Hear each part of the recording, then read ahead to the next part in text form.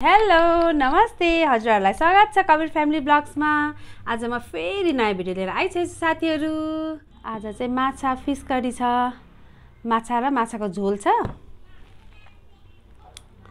यो चाहिँ नानीले खाने माछा, त्यसमा धेरै हड्डी हुँदैन, अलिक बोसो चाहिँ हुन्छ, धेरै हड्डी चाहिँ हुँदैन। अनि त्यसपछि धनिया छ, यहाँ सलादहरू छ, प्याज अनि डल्ले खोर्सानी। अब डल्ले खोर्सानी निस्किन थालेछ के बजारमा, प्योर डल्ले खोर्सानी हो कि होइन त्यो चाहिँ थाहा छैन। अनि यहाँ चाहिँ मैले भिन्डी बोइल गरेको छु। अनि त्यसपछि बोडी चाहिँ बोइल गरेको होइन, अलिअलि तेल हालेर हल्का कराक्रुक मात्रै फ्राई गरेको, तर तेलै तेल भएछ हौ, थोरै तेल हाले जस्तो लाग्यो। ल साथीहरू, तिज पनि सबै सक्यो। अब मेरो पार्लरमा पनि त्यति मान्छे छैन, त्यही भएर अब आरामले मजाले खानु पऱ्यो अरे कि। सुनसान भइरहेछ गौशाला त। ल साँच्चै तातो खाइहाल्छु है।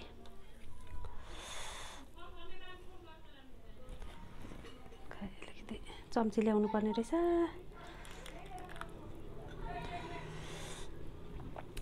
यहाँ फ्यामिली भिडियो ल्याऊँ भनेको त्यत्तिकै भइरहेछ, मम्मीलाई पनि त्यति सन्चो छैन, त्यही भएर ल्याएको छुइनँ साथीहरू। फ्यामिली भिडियो चाहिँ अब लिएर आउँछु 1-2 दिनमा।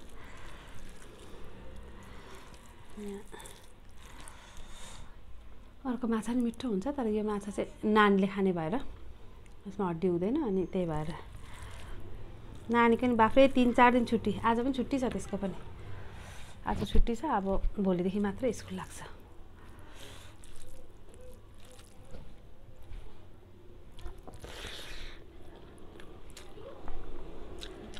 आँपको अचार सकिनु आँटा, एउटै होला।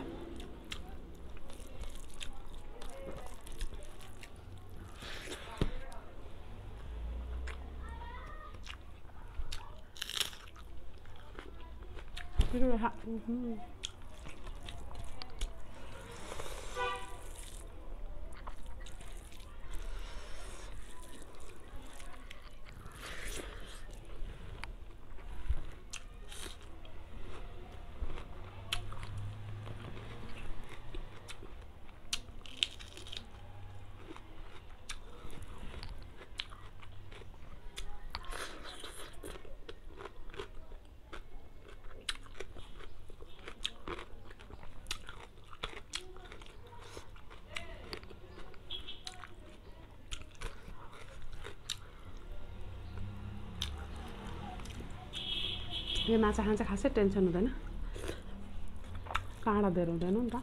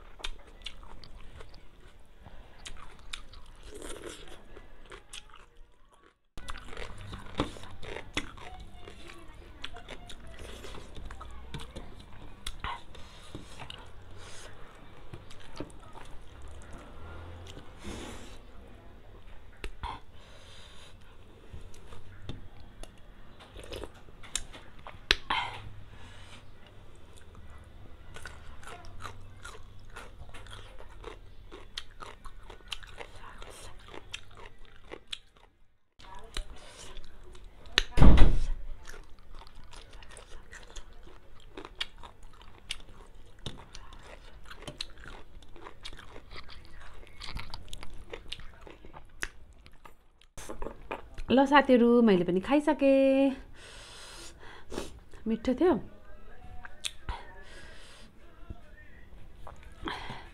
पिरो पो भयो दुईवटा, एउटा आधी खाएको त पुरै ओठमा लाग्यो क्या मेरो। ल साथीहरू आजको भिडियो हजुरहरूलाई कस्तो लाग्यो, मन पर्यो भने प्लिज लाइक कमेन्ट गरिदिनु होला र अहिलेसम्म हाम्रो च्यानल सब्सक्राइब गर्नुभएको छ भने प्लिज सब्सक्राइब गरिदिनु होला र नयाँ नयाँ साथीहरूले पनि हेर्दै हुनुहुन्छ भने प्लिज हामीसँग जोडिनु होला, सब्सक्राइब गरिदिनु होला र मिठो मिठो कमेन्ट गरिदिनु होला भन्दै आजलाई यति नै। फेरि अर्को नयाँ भिडियो लिएर आउनेछु। बाई, शुभ दिन।